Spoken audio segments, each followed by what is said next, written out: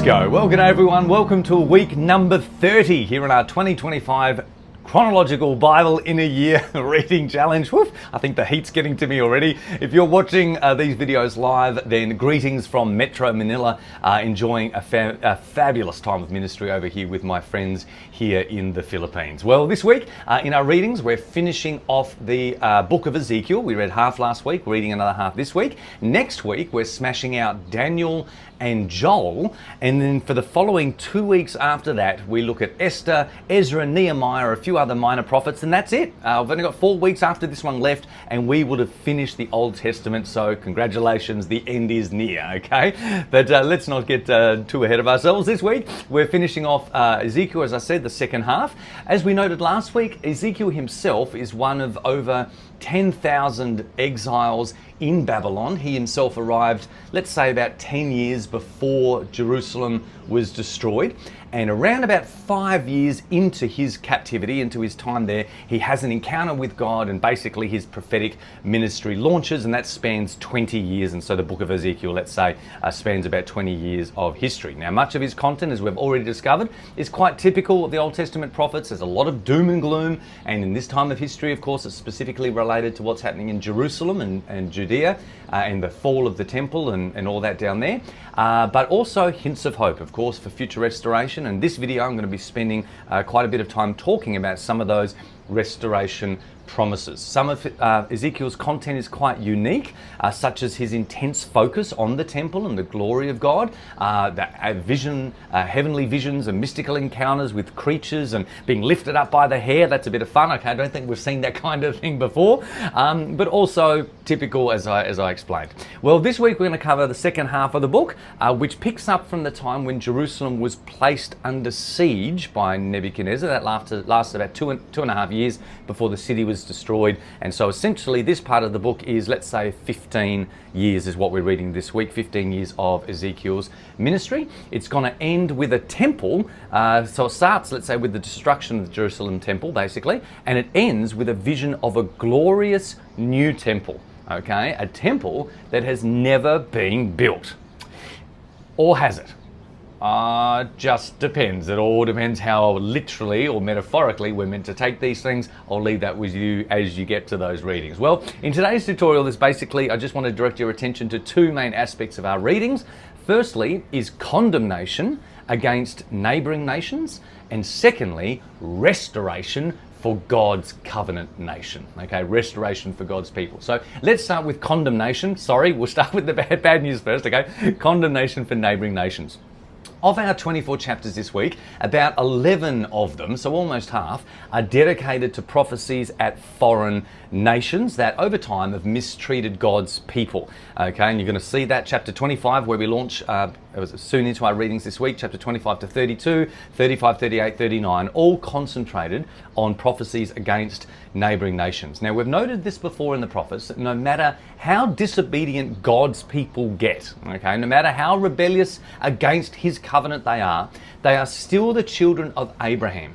And we remember way back in Genesis 12, God promised to Abraham, whoever blesses you, I will bless. Whoever curses you, I will curse. All right, so they're still God's people, no matter how rebellious they are, and all the language of divorce and death and doom and devastation, God is still upholding the Abrahamic end of the deal. Despite their disobedience, God is still blessing them, in a sense, by cursing those who curse them. And so that's part of the reason that the prophets are still prophesying against neighbouring nations that mistreat God's people, okay? And this week, all the usual suspects are there that we've heard of through Isaiah, Jeremiah, and Zephaniah previously. We'll be prophesying against Ammon, Moab, Edom, Philistia, Tyre, Edom, and Egypt. However, I do bring this up this week because Ezekiel brings another nation to our attention that we've not heard of before. He adds another nation to this list of bad nations, okay? In chapter 38 and 39, he talks about a place called Magog, led by a king called Gog, okay? Well, you might have heard the phrase Gog and Magog. I hope you can hear me. There's that Manila airport's just around the corner. Okay.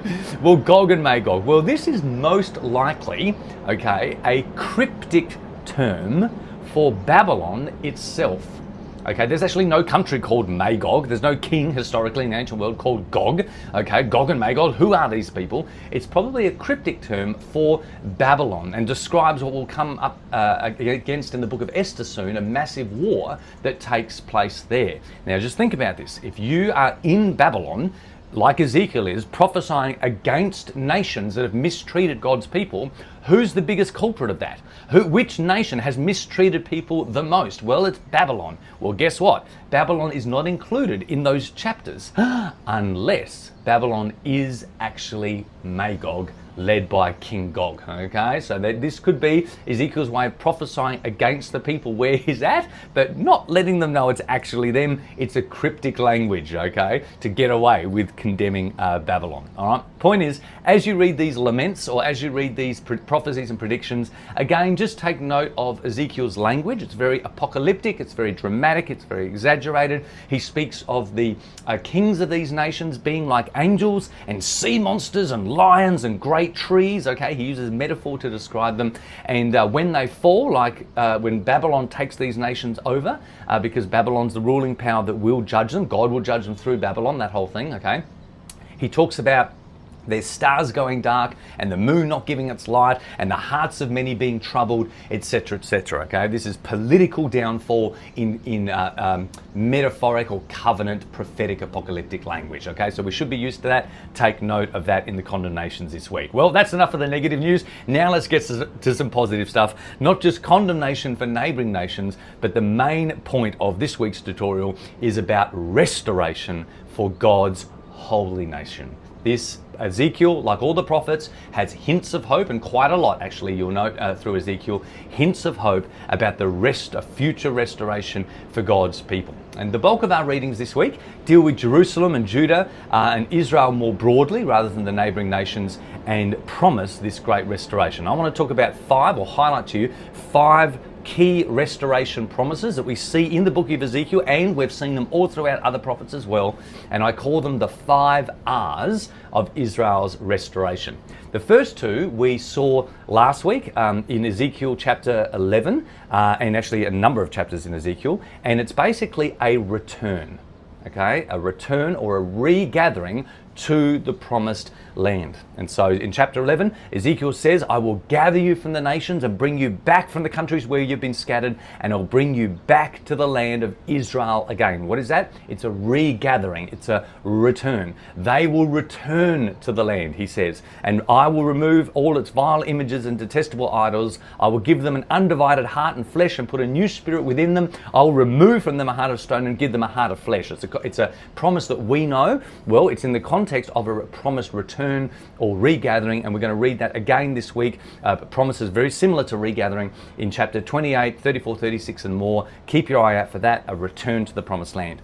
The second promise is the promise of remarriage. Okay, remarriage. Now, we saw this last week, and we've seen it in other prophets, in Ezekiel chapter 16, where the entire chapter is devoted to this marriage motif. Okay, the marriage metaphor. Israel have committed adultery, or Judah now, of course, committed adultery, and God says there in chapter 16, the sovereign Lord says, I will not deal with you as you deserve.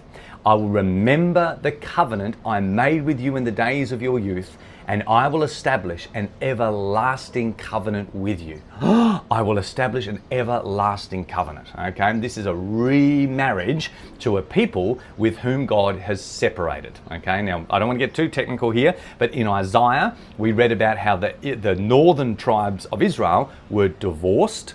Okay, in the south, in Judah, what we're talking about now, in Judah, they weren't divorced, they were just separated. Okay, but anyway, the point is there's a new covenant, there's a remarriage coming to the God's people, and Ezekiel talks about that. There's 3 new promises that we're going to see this week. The third one is, the third of the 5, is resurrection back to covenant life, okay, raising from the dead. We see this week in chapter 37. It's the famous passage of the valley of dry bones, where it says to me, these bones are the whole house of Israel. God's people are saying, we are dead, okay? How can dead people talk? Well, they're not physically dead, they're covenantally dead. They're cut off from the land, okay, like the prodigal son who was removed from the father's house, away from the land. When he came back, the father said, my son was dead. He was away from me, okay? He was relationally dead, as it were, were. Now he's come back to life. Well, that's the promise here in the valley of the dry bones. The dry bones come to life, and it's a promised resurrection, a resurrection of God's people back to God, back into covenant life. The fourth promise, is very associated there in chapter 37 of Ezekiel, the same chapter, is the promise of two sticks coming back together. Okay, so this is the promise of reunification of Judah and Israel as one kingdom again. The prophet Ezekiel joins two sticks together, and he says, just as these two sticks are joined together, so the north and the southern kingdom, what we've been reading about for the last few hundred years, right? Those two kingdoms are going to come back together again and be reunited under one king and one shepherd. Amazing. Okay, how does that happen when the 10 northern tribes are scattered all throughout the known world and their lineage is lost and their DNA has been diluted? I mean, how does that happen? Who knows, right? It has to be a miracle. God is setting up something here. It is the promise of reunification. And then fifthly, it is the promise of rebuilding. Okay, rebuilding of a glorious temple, and that is the major emphasis of our readings this week, the last 9 chapters, chapter 40 through to 48, these final chapters of Ezekiel's ministry, which take place about 14 years after Jerusalem's been destroyed. The temple, the real temple in Jerusalem, has been destroyed and taken away, and again, Ezekiel is taken to the temple area where he's given a tour of a new temple, a rebuilt city. He's told how the promised land will be divided up amongst the 12 restored tribes. Now, just what are we to make of this heavenly vision? What are we to make of this prophesied, predicted future restoration of a rebuilt temple and a reallocated land? Are we supposed to interpret it literally or allegorically? Is it just covenantal language? Are we supposed to see it fulfilled in the next couple of weeks in Ezra and Nehemiah? Or is it sometime in the future? Or is Jesus actually fulfilled this in some kind of spiritual covenantal temple? Or would this promise never be fulfilled because God's people did not obey him? Is this whole thing conditional on an if my people do this, then I will do this? Well, this is a subject of a lot of debate, discussion, dialogue, and disagreement amongst Christians everywhere.